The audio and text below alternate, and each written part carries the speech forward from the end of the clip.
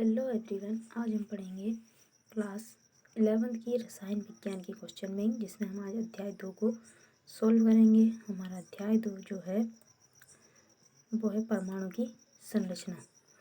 इसमें पहला क्वेश्चन दिया हुआ है कि 3p कक्षक में कितने त्रिज्यीय नोड होते हैं, तो केवल एक त्रिज्यीय नोड होता है।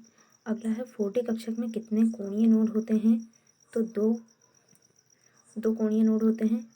अगला है निम्न में से किसके आधार पर इलेक्ट्रॉन के निश्चित मार्ग या प्रक्षेप पथ के अस्तित्व की संभावना समाप्त हो जाती है, तो हाइजेनबर्ग का अनिश्चितता के सिद्धांत के अनुसार। तीसरी कक्षा से संबंधित कक्षाओं की कुल संख्या कितनी होगी, तो उसमें 9 होगी।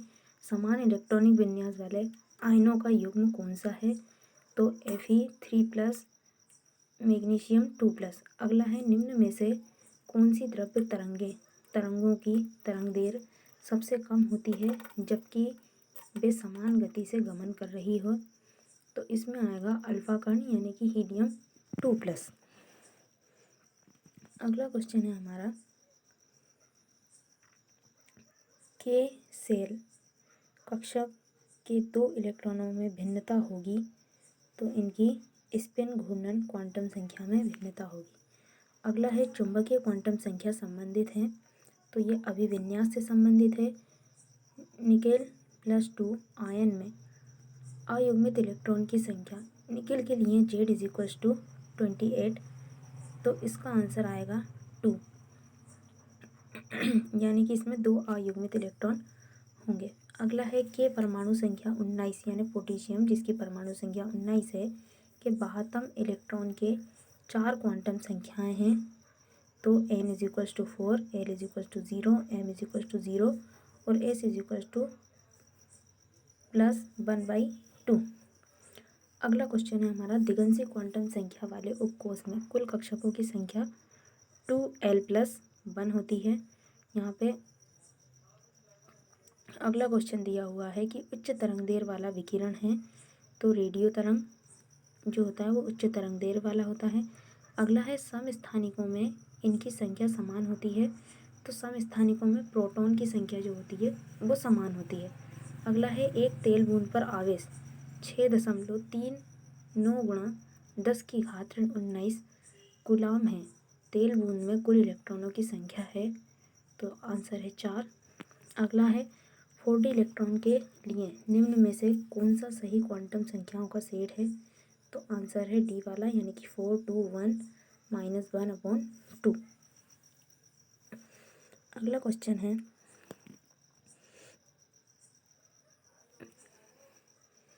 4d इलेक्ट्रॉन के लिए निम्न में से, ये वाला क्वेश्चन हो गया। अगला क्वेश्चन है हमारा सोडियम परमाणु के अंतिम इलेक्ट्रॉन के लिए दिगंशी क्वांटम संख्या L का मान होगा, तो 0।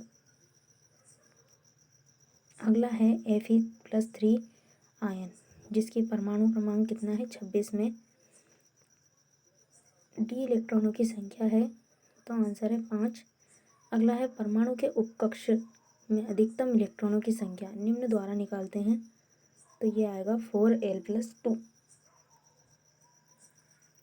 अगला क्वेश्चन है प्रकाश विद्युत प्रभाव में निष्कासित इलेक्ट्रॉनों की संख्या प्रयुक्त प्रकाश की तीव्रता के समानुपाती होती है।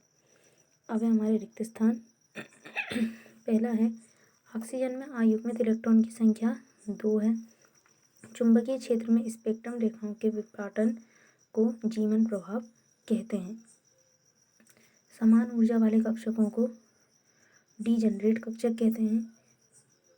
ऐसा तत्व जिसमें कोई इलेक्ट्रॉन नहीं होता है उसे हाइड्रोजन क्लोरीन 35 एवं क्लोरीन 37 को समस्थानिक कहते हैं।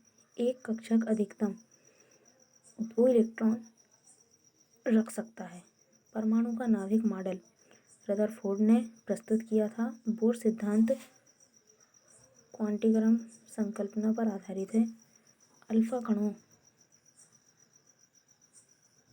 धन आवेश होता है। परमाणु में प्रोटॉन एवं न्यूट्रॉन नाभिक में उपस्थित होते हैं।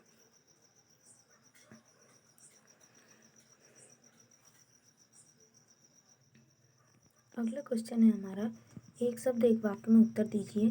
जिसका पहला क्वेश्चन है इलेक्ट्रॉन की खोज किसने की थी। तो इलेक्ट्रॉन की खोज जो है वो जे थॉमसन ने की थी। कैथोड किरणों में उपस्थित कणों के लिए ELM का मान क्या होगा।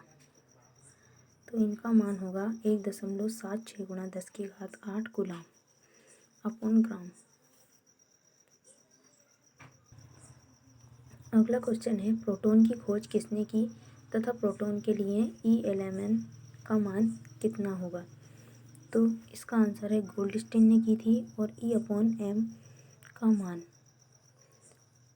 यहाँ पे E/m का मान पूछा गया है, वो L की तरह दिख रहा है, वो अपॉन है वहाँ पे, = होगा 9.58 × 10⁴ कूलाम अपॉन ग्राम।